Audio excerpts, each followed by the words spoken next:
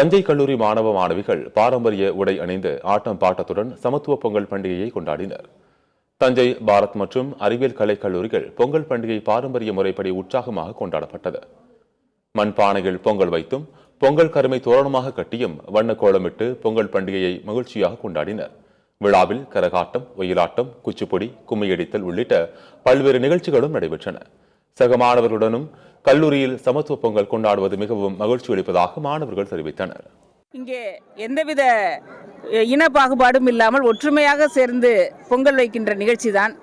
ஏனென்றால் இது அறிவாளிகளின் ஆலயம், திறமைசாலிகளின் திருச்சபை, பண்பாளர்களின் பள்ளிவாசல் என்பதுதான் கல்லூரியின் கோட்பாடு.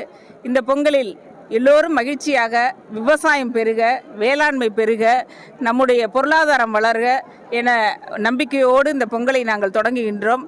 எல்லாருமே சேர்ந்து பொங்கல் வச்சுட்டு இருக்கோம். இதில் செலிப்ரேட் பண்ணுறதுல எங்களுக்கு ரொம்ப மகிழ்ச்சியாக இருக்குது.